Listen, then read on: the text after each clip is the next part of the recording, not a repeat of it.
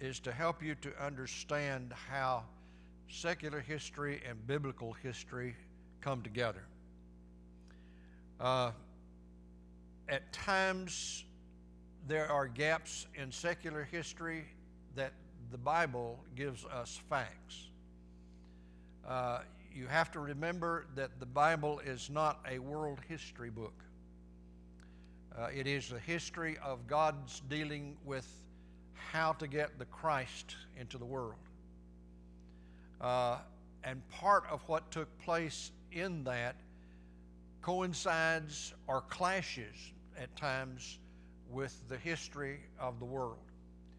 Now, at some time or another, you took some history classes, either in high school or in college or online, or maybe you're just a history buff, or maybe you don't like history at all.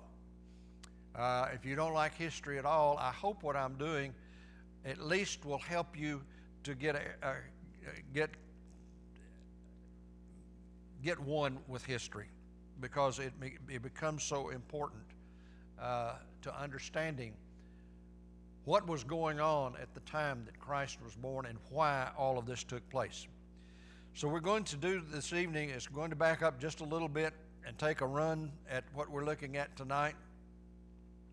I'm not sure that I can get through the rest of chapter 4 tonight. If not, we'll finish it up next week. Now, when Nehemiah returned to Jerusalem, what we're looking at tonight is where the children of Israel began returning from Babylon, and what is going on in the west with Alexander the Great conquering the world. And interestingly enough, they come together at Jerusalem. And we'll see that a little bit later on. And you have to remember that there were difficulties and problems that were happening that had to be taken care of. And Nehemiah was one of these people that was a reformer. And what he did was very important because it kind of sets the stage for what is going to happen within 100 or 150 years. I want to read you this passage from Nehemiah 13, 23 through 27. And this will help set this stage. When he goes back to Jerusalem, he found that many of the Jews that were still there had married foreign wives. Those that had come earlier with Zerubbabel, they had begun to reach out into the communities that were round about them, and most of these people were are classified later on as Samaritans, which were half-breeds as far as the Jews were concerned. But these people had intermarried with other nations that had been brought in to occupy Palestine.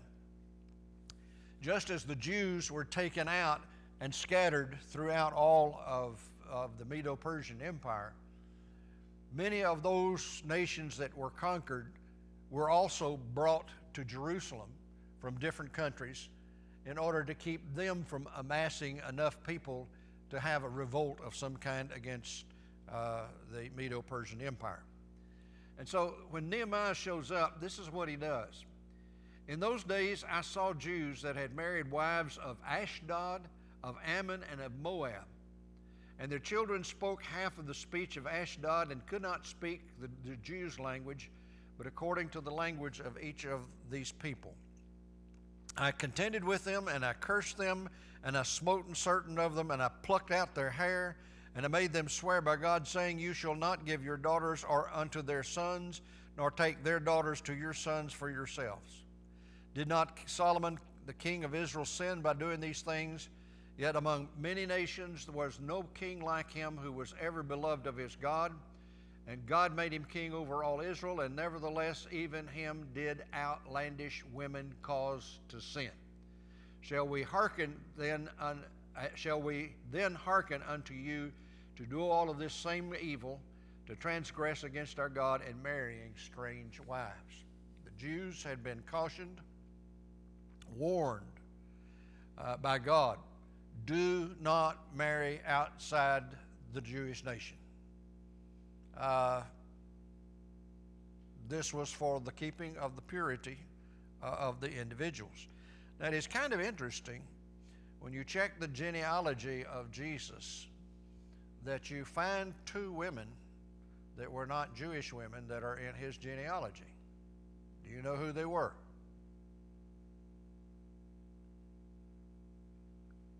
You know both of them very well. One was Rahab, the harlot, and the other was Ruth. Those two women are in the genealogy of Jesus, but they're not Jewish women. Okay, so Nehemiah tells them this has got to change. And all of this took place about 409 BC during the reign of Darius Nothus, who reigned from 424 to 405 BC. Always remember that at this time we're doing a countdown as far as days and as years are concerned. After Christ, we do a count up. So this is just a note for you. One of the sons of Joiada, the son of the high priest Eliashib, was also the son-in-law of Sanballat the Hornite. So Nehemiah chased him out of Jerusalem. Now, what do you remember about Sanballat? Now, your biblical history is involved with Sanballat. He was one of the principal people. I started using another word, I better not.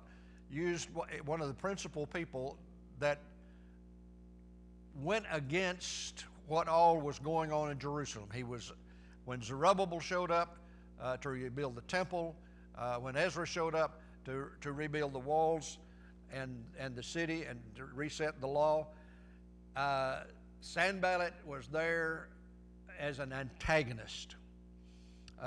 First of all, he was basically the governor of Samaria. And he had a lot of power, and he knew that the setting up of Jerusalem once again and rebuilding of the temple would be a challenge to his power. This is politics. This is politics 101. So his son-in-law is one of the priests in Jerusalem. And now I'm going to read from verses 28 through verse 30. One of the sons of Joiada, the son of Eliashib, the high priest, was son-in-law to Sanballat the Hornite. And therefore I chased him away from me, out of my sight. Remember them, O my God, because they have defiled the priesthood, the covenant of the priesthood, and the Levites. And so I cleansed them, I purified them of everything foreign, and I assigned specific duties to the priests and the Levites. So Nehemiah says, I chased him out of town. Literally, that's what he does. And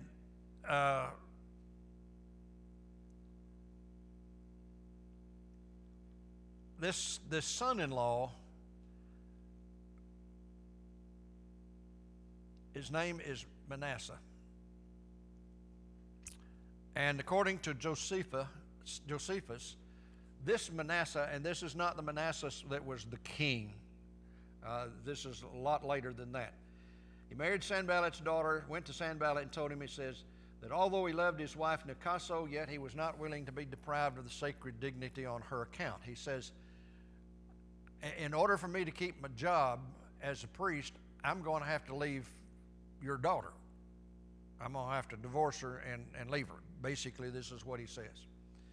And he says, I really don't want to do that. I really want to hang on to this special job that I have and the honors that go with it. But if I'm married to her, I can't do this. So Sanballat promises to build a temple like the one in Jerusalem on Mount Gerizim and make Manasseh the high priest. Well, how do you keep peace in the family? I don't know if all father-in-laws are that gratuitous or not, but evidently Sanballat had the money and the power to be able to do things like this, and he was going to set up his son-in-law as the high priest. Now, my son-in-law is a preacher, but I'm not going to set him up as a high priest anywhere. Sanballat promised that he would do this with the approval of King Darius. Now, the point on all of this is that as the children of Israel are coming back from Babylon and from Persia, their honor and their respect and their loyalty is going to be to the king who lets them go home. He's the one that gives them the items to go in the temple. He's the one that gives them the leave to go. He's the one that tells everybody on the road in between whatever they need, you give it to them. So their loyalty is going to be with Darius. And you're going to see how Sanballat is a real rat here in just a little bit.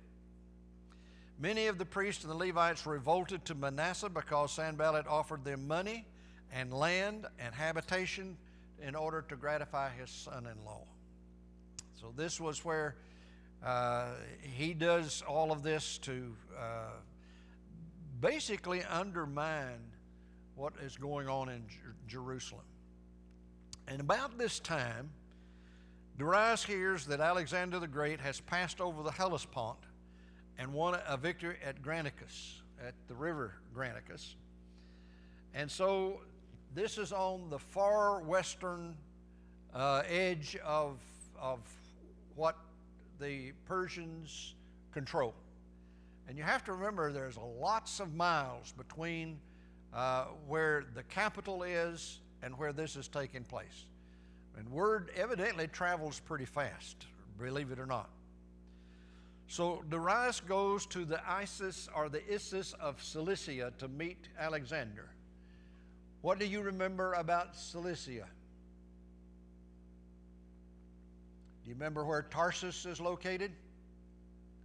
It's in Cilicia. Who was from Tarsus? Which apostle? Paul was from there. Okay. So this kind of gets you to think about where all of this has taken place. We'll see a map here in a little bit. All in Asia were persuaded that the Macedonians would never fight the Persians because of their multitude. Do you remember before that the word was that Darius had gathered up 5 million men to go fight the Greeks? I still think that that's an exaggeration by a long shot. I can understand him getting 500,000 men together, but 5 million soldiers to arm them, to move them, to feed them, to support them is just an astronomical concept back in that day and time. You have to remember they didn't have any trucks to move them. They didn't have any trains to move them. They didn't have any airplanes. They went on foot, except for those that were in the cavalry, and they rode horses. Darius loses the battle, and he runs back to Persia. So when you got that many, it's pretty hard to train that many in order to be ready to really fight. Okay, now here is the map that kind of shows you what's going on. Here is Issus, and here is Tarsus in Cilicia, and notice how easy it is when you get to this point to drop down in this area through Syria, through Antioch, and then to Syria, and then a little further south into Palestine area also. Here's where Antioch of Syria is. This is where Paul and Barnabas started out, and later on Paul and Silas left from there also. So Alexander comes to Syria. He comes south, and Sanballat renounces Darius and took 7,000 of his own subjects and delivered them to Alexander. So this tells you that Sanballat is a rat. He sees that Darius has gone home. He sees that Alexander is knocking on his door, and he says, I wasn't really for him anyway. I'm for you. So he switches sides pretty quickly. He was a turncoat. And Alexander received him kindly. Sanballat requested Alexander's permission to build the proposed rival temple on Mount Gerizim, and Alexander gave Sanballat permission to do this. It wasn't going to cost him anything. Sanballat was going to do it on his dollar. Okay, here's a map that kind of shows you what all is going on.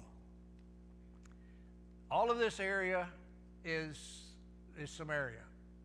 Here's Mount Gerizim. Here is Sychar. This is where Jesus met the woman at the well. Here is Shiloh. Here is Bethel. Here's Jericho. Here's Jerusalem down here. This is the area that we're talking about and looking at this evening in our lesson. Now, there's some problems of history, myth, and facts. And sometimes they jive and sometimes they don't. And this is one of the cases where we're not sure really what happened. If the temple was not built until the time of Alexander in 322, it did not exist until about 100 years after Manasseh. Josephus does not agree with Nehemiah. And it's difficult to make a consistent and clear account of what Josephus records. It is doubtful that the temple on Mount Gerizim was built in the days of Manasseh. And Josephus was probably writing in order to unite the people, including the malcontent Jews who had joined them in a common worship. Do you remember that when Jesus met the woman at the well, and one of the first things that she brings up, she says, "Why are you, a Jew, talking to me, to a Samaritan woman?" And then the second thing she brings up is, "You say that you have to worship in Jerusalem, and we say that you worship in Mount Gerizim. And when the Christ comes, he'll explain it to us." And then she decides that he's a prophet. Now these would be the Jews, these malcontent Jews, the ones that are worshiping in Mount Gerizim, and versus those that are worshiping at the temple in Jerusalem themselves. Okay? All right. The temple on Mount Gerizim stood until the time of John Hyrcanus in 129 BC. Now, we'll come back to this man a little bit later in the next chapter that we get, because we'll begin talking about the rebellion that took place in Jerusalem and in Judea, and how that the Romans had to come in and quell what was going on. Remember that we're talking about 150, almost 200 years period of time that's going to be in this. In the fighting at Gaza, Alexander is wounded. And this is when it was reported that he was wounded so badly that he would die, that he died. Now, and he marched to Jerusalem against Judah the high priest and all the people of Palestine. Now, I want to read for you, let's see. We read this one last time that we were here. While Tyre was under siege, Alexander sent a letter to the high priest in Jerusalem to send him some auxiliary troops and supply his army with provisions so he would never repent in doing so. He says, if you do this, you'll be my friend. If you don't do this, I'm going to get you. Now, what do we know about Mount Gerizim and the temple that was there? Okay. In Genesis 6 and verse 12 and verse 6, the Bible says, Abram passed through the land to the place of Shechem, to the oak of Moreh. At that time the Canaanites were in the land, and the Lord appeared to Abram and said, to your offspring I'll give you this land. And so Abram built there an altar to the Lord who had appeared to him. Now, Shechem becomes important because it is right between Mount Gerizim and Mount Ebal. It's in the valley in between the two. And you have to remember that Mount Gerizim and Mount Ebal are not any further apart than the two walls of this building. And Shechem is right in the middle. And this is the place that Abraham is told by God, he says, I'm going to give you all of this land. In 1 Kings 12:1, the Bible says Rehoboam went to Shechem, and all Israel will come to Shechem to make him king. This is the beginning of the divided kingdom. And it's kind of interesting that really only 2 tribes stay in what is called the southern kingdom, and 10 tribes actually follow Rehoboam. You see how liberalism has raised its weary head for hundreds of years. When people are given the green light and said, you don't have to go by the rules anymore, and you can do whatever you want to do, they'll suck that up quicker than somebody saying, okay, now you've got to stick with the rules, you've got to do this, you've got to do this, you've got to do this. And so there becomes a split in the thinking of the Jewish people. This is the temple ruins on Mount Gerizim. This is a fairly modern picture. You can see that Sanballat must have had a lot of money because he did a lot of work. These are only the ruins that are left of that temple on Mount Gerizim. In Deuteronomy 11:29, this is when the children of Israel had crossed over into the promised land, and God tells Moses what he wants him to do. He says, when the Lord God has brought you to the land that you are entering to occupy, you're going to set the blessing on Mount Gerizim and the curse on Mount Ebal. Mount Gerizim is in the south, Mount Ebal is in the north. As you know, they're beyond the Jordan, some distance to the west, in the land of the Canaanites, who live in the Arabah opposite Gilgal, beside the oak of Moreh. This is where Abram had built his altar to God, near the oak of Moreh. The oak of Moreh was one of those landmarks that was there. It's like today we use landmarks, we use cell towers as landmarks today. Instead of, and you may have had a piece of property. A piece of property my grandfather owned. The deed on it talked about a certain oak tree that was the corner of this particular property. I guess when it died, so did the corner. In Deuteronomy 27, the same day Moses charged the people like this: when you have crossed over Jordan, these shall stand on Mount Gerizim for the blessing of the people, Simeon, Levi, Judah, Issachar, Joseph, and Benjamin. And these shall stand on Mount Ebal for the curse, Reuben, Gad, Asher, Zebulun, Dan, and Naphtali. Now, he was not cursing them, but he was telling them what the blessings could be and what the curse would be if they did not follow God's instruction. The Levites shall declare in a loud voice to the Israelites, cursed be anyone who makes an idol or casts an image, anything abhorrent to the Lord, the work of the artisan, and sets it up in secret. And all the people shall respond, saying, Amen, just like we do when the Scripture is read. In Joshua 8, starting with verse 33,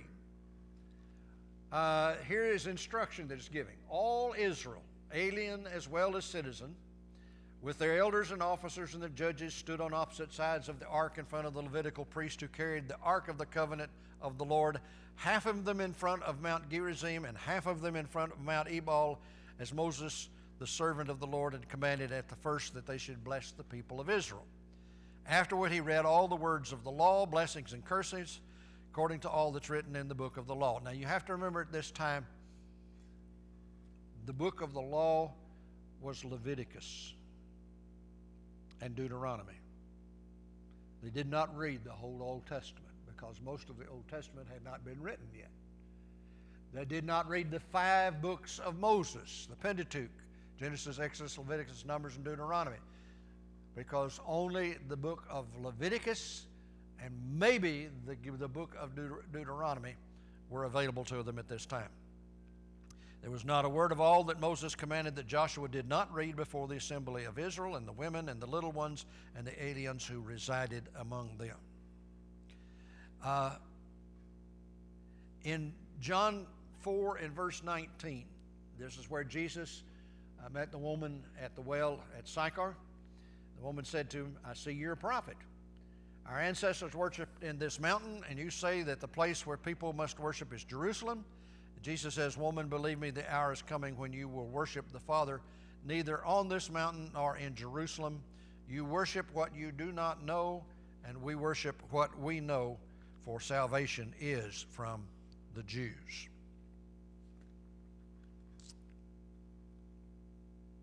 Okay, here is a very good map. This shows you Mount Ebal. It shows you where Shechem is. It shows you where Jacob's well is. And it also shows you where Mount Gerizim is. So this is not a long distance that is here. And then this is the direction that goes down to Jerusalem here. Here's where Joseph's tomb was located also. Did not get to see Jacob's well, did not get to go to Mount Ebal, did not go to Mount Gerizim, because this was occupied by the Palestinians at this time, and their primary occupation at that time was throwing rocks at tourist buses.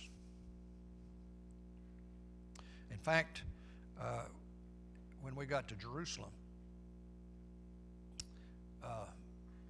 there was a scare that there was a bomb on one of the buses. And they made us get off the bus until they looked at all the buses, and everything was okay. No bomb.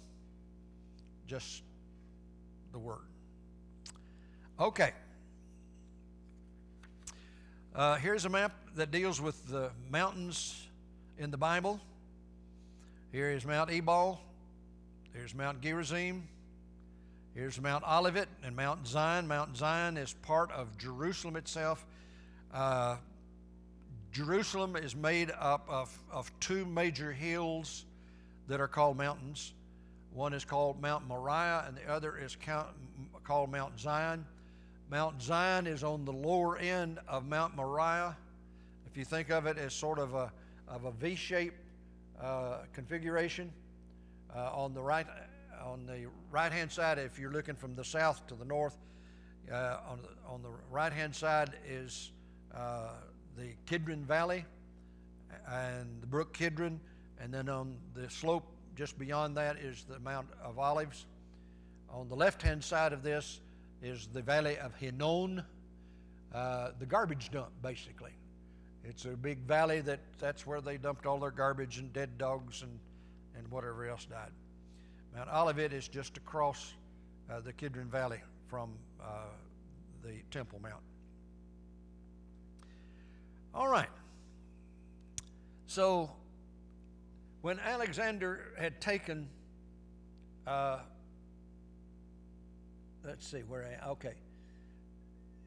Judah the high priest replied that he had given his oath to Darius not to bear arms against him. And he said that he would not transgress this while Darius was in the land of the living. But he does.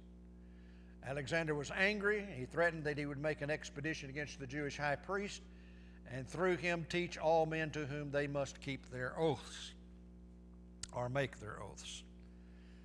So here is a picture of Alexander the Great approaching the city of Jerusalem as he's met by the high priest Judah.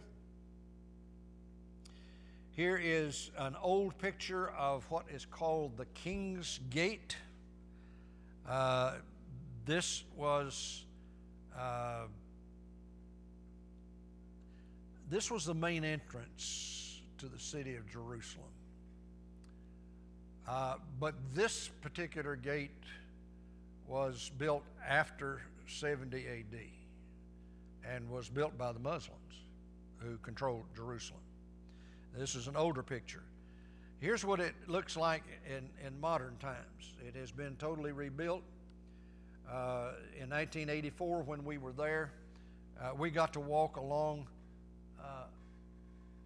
the walls right up here. There is a walkway that goes around, and it was very interesting to see that. And right along here It's hard to see it in this picture, but there was a carob tree. You know what carob? These are the husks that the swine eat. And do you know what else we do with carob? We make white chocolate from it. Them carob beans. So that's that and $5. $5 and that will buy you a Starbucks. So when Alexander arrives at Jerusalem, he goes, first of all, and takes Gaza, and he goes up to Jerusalem, and the high priest was in agony and under terror, not knowing how he should approach the Macedonian. Judah ordained the people should join him in supplications and offering sacrifices to God, whereon God warned Judah in a dream. They should take courage and adorn the city, open the gates, that the rest of the people should appear in white garments, but that he and the priest should meet the king in the habits proper to their order without the dread of any ill consequences. So the high priest puts on his mitre, his hat, he puts on the breastplate, he puts on the whole regalia that he has, and they march out in order to meet Alexander as he's coming in.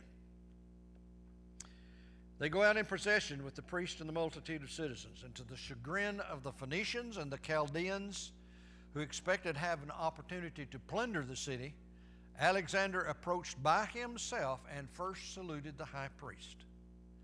And Alexander, in justification for his seemingly adoration for the high priest, declared, "I saw this very person in a dream, in this very costume, when I was at Dios in Macedonia."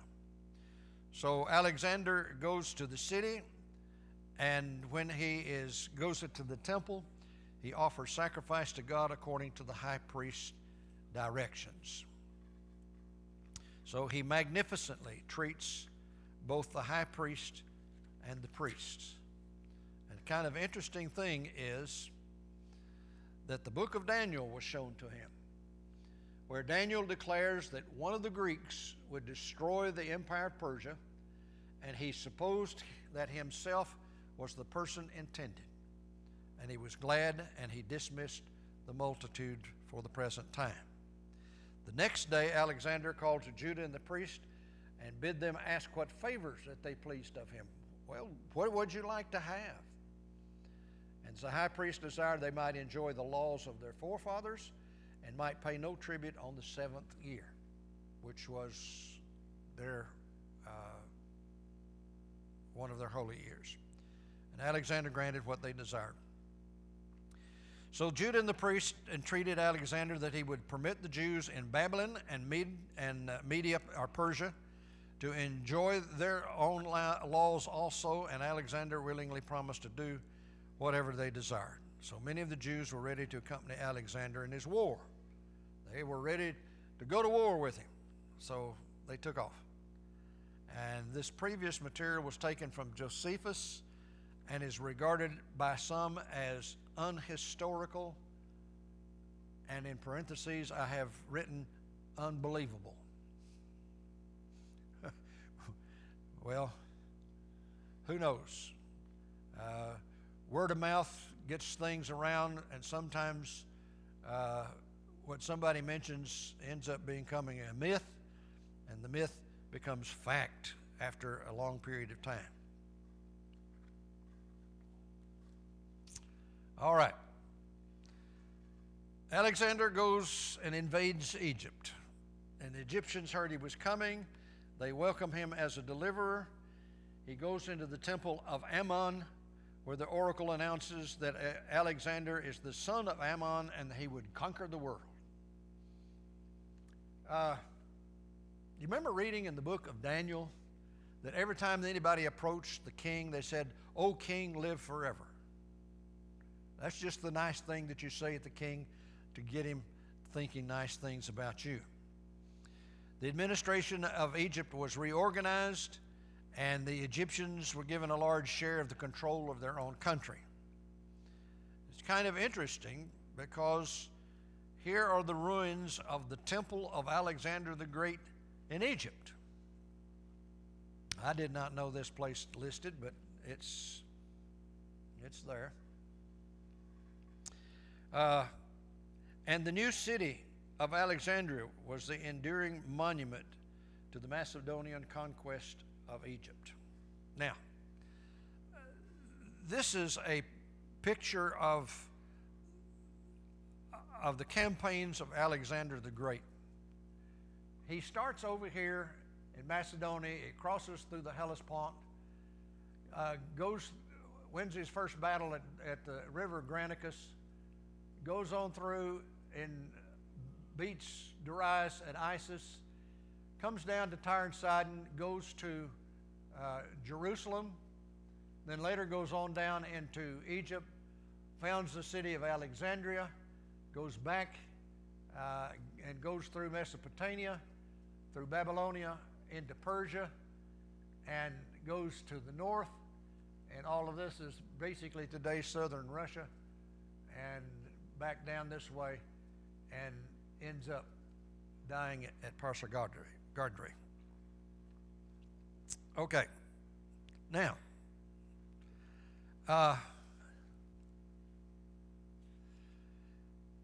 Alexandria replaced Tyre as the commercial metropolis of the eastern Mediterranean. You remember here on the coast is Tyre and Sidon, and those were the basic seaports on the eastern Mediterranean. The Jewish colonists were encouraged to settle at a place called Alexandria, and their presence in Alexandria was to have an important bearing on the subsequent history of Judaism and Christianity. A lot of things happen at Alexandria. All right.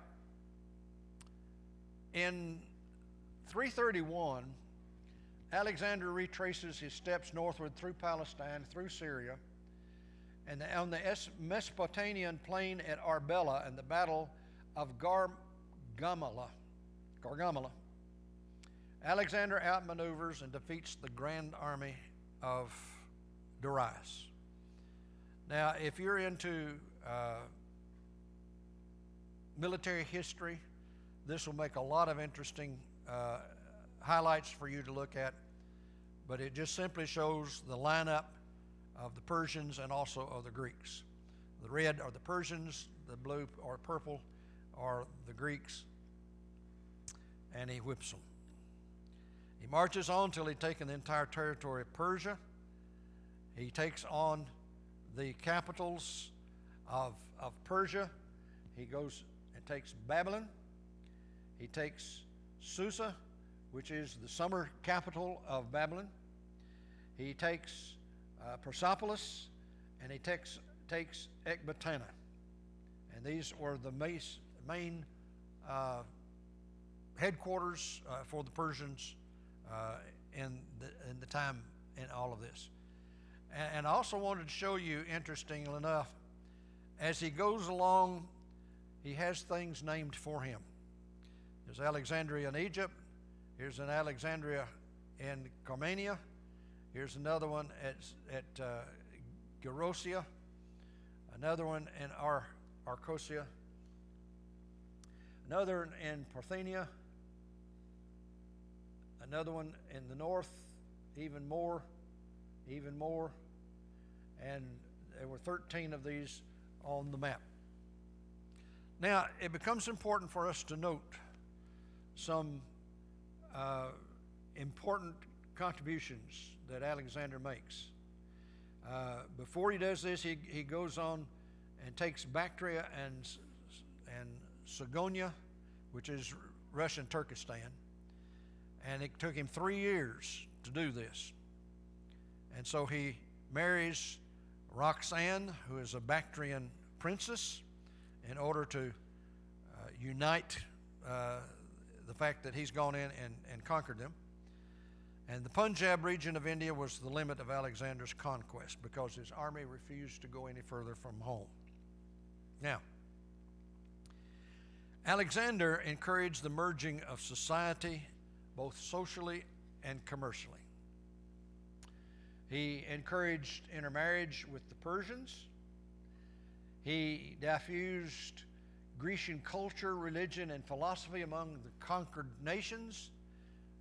He made sure that they knew about the Greek formats of everything, and even their governments were changed to be in the line of the Greek government.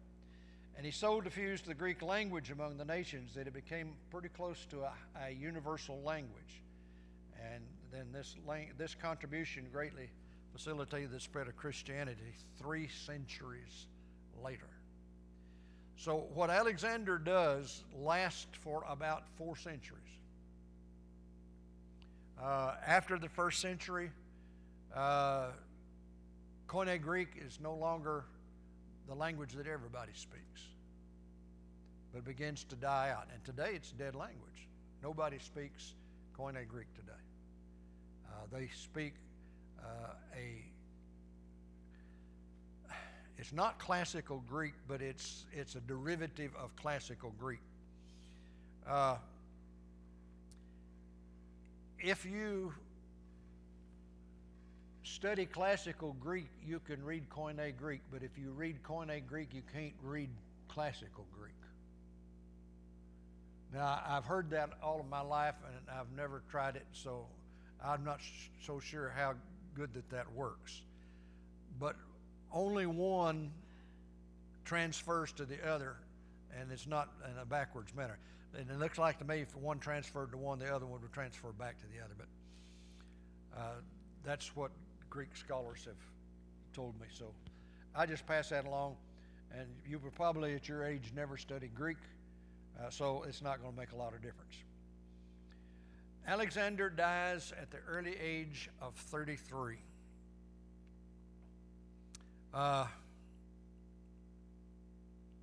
There's an artist drawing of him on his deathbed and his soldiers watching and his generals that are there. I want to there is an interesting account of this in the historian's History of the World.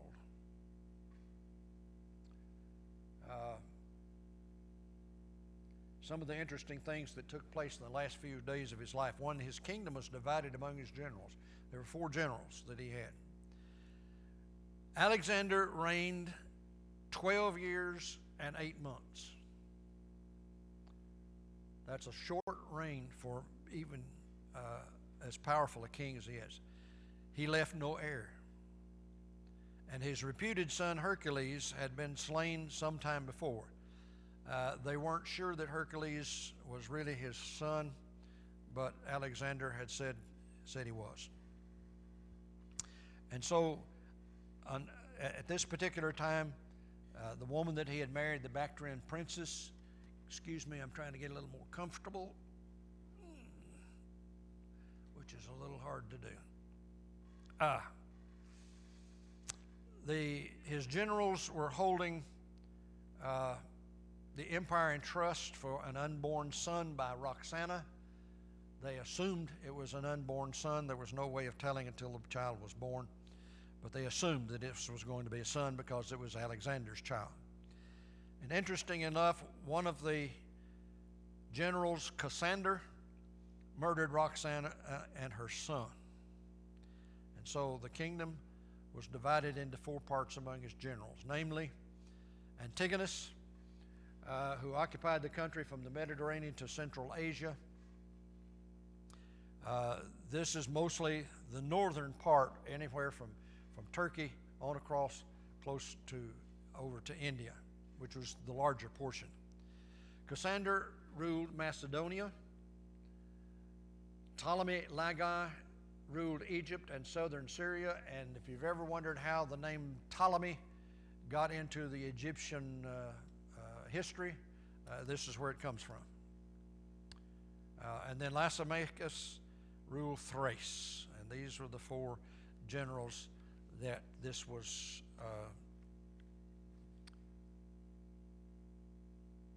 that had been prophesied.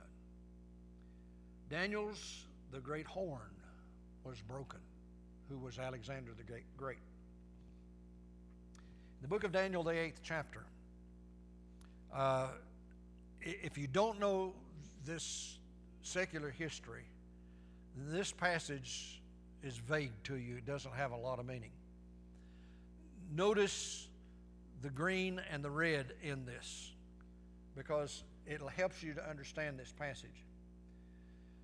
Daniel says, as I was watching, a male goat appeared from the west. This is Alexander coming from Greece, from Macedonia. He came across the face of the whole earth without touching the ground. A little hyperbole here. The goat had a horn between its eyes, and it came toward the ram with the two horns that I had seen standing beside the river, and it, the goat, ran at it, the ram, with savage force. Now you remember that Darius is this ram. He comes with supposedly 5 million soldiers, and Alexander meets them head on and whips them. And I saw it approach the ram, and it was enraged against it and struck the ram, breaking its two horns. And the ram did not have the power to withstand it, and it threw the ram down on the ground and trampled upon it, and there was no one who could rescue the ram from it, the goat's power. And the male goat grew exceedingly great, but at the height of its power the great horn was broken, and in its place there came up 4 prominent horns toward the 4 winds of heaven. You see how that fits the secular history. And this was written 300 years, 200 years before Alexander came on the scene. Now, this is why it is important, first of all, to know your biblical history, and then secondly, to see how this secular history begins to fit in to God's plan. It was God's plan, evidently, that Alexander conquer the world. Why? It lays down a universal language that as Paul and others were traveling from place to place, they could approach and talk to folks in a language that they could understand. What else was happening about this time? One was the return from Babylon by the Jews was only partial. The greater Palestine was being built up outside the Holy Land. Not only was there the building of the city of Jerusalem and the walls and the temple, but also there was a surge of Jewish directions toward Egypt. And this was into the city of Alexandria, Egypt. Here's an artist's drawing of the ancient Alexandria with its great lighthouse. This was one of the 7 wonders of the world, was the lighthouse at Alexandria. There is not much left of Alexandria today.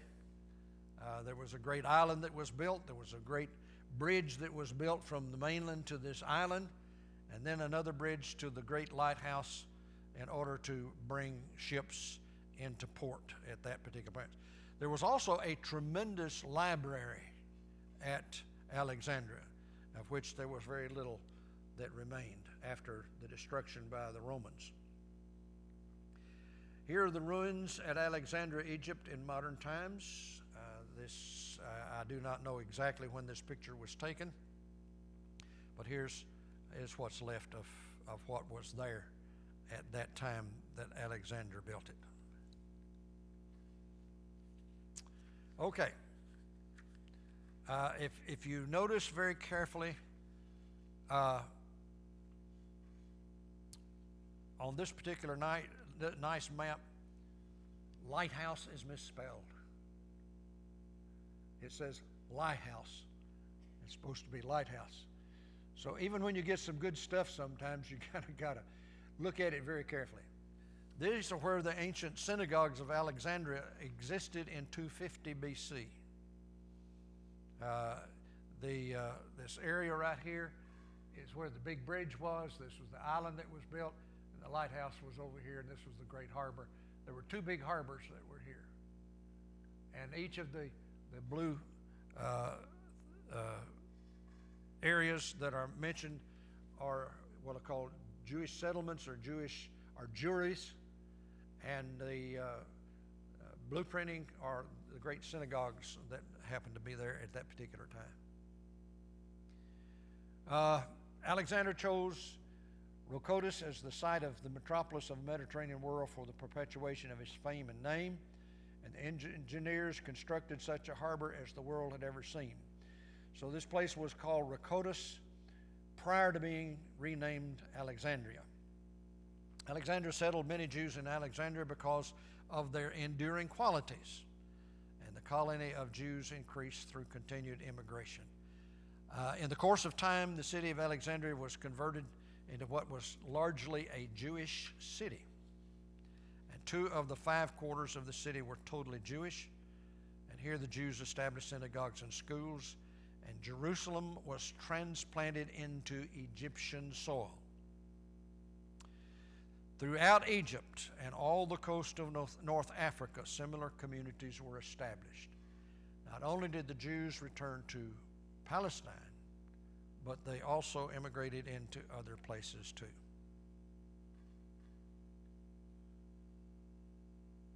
Here is a prophecy that is found in Isaiah 19 and 19, which says that an altar and a temple to the Lord was built in Egypt. And this is a fulfillment of this prophecy. In that day, 5 cities in the land of Egypt speak the language of Canaan, and swear to the Lord of hosts, and one shall be called the city of destruction. In that day there shall be an altar to the Lord in the midst of the land of Egypt. To the average Jew reading this makes no sense. But if you remember about the city of Alexandria and the Jewish population that's there, then it rings a bell. And a pillar at the border thereof to the Lord, that it shall be for a sign and a witness unto the Lord of hosts in the land of Egypt. For they shall cry unto the Lord because of the oppressors, and he shall send them a Savior and a great one, and he shall deliver them, Alexander the Great. And the Lord shall be known to Egypt, and the Egyptians shall know the Lord in that day, and shall do sacrifice and oblation. Yes, they shall vow a vow unto the Lord and perform it.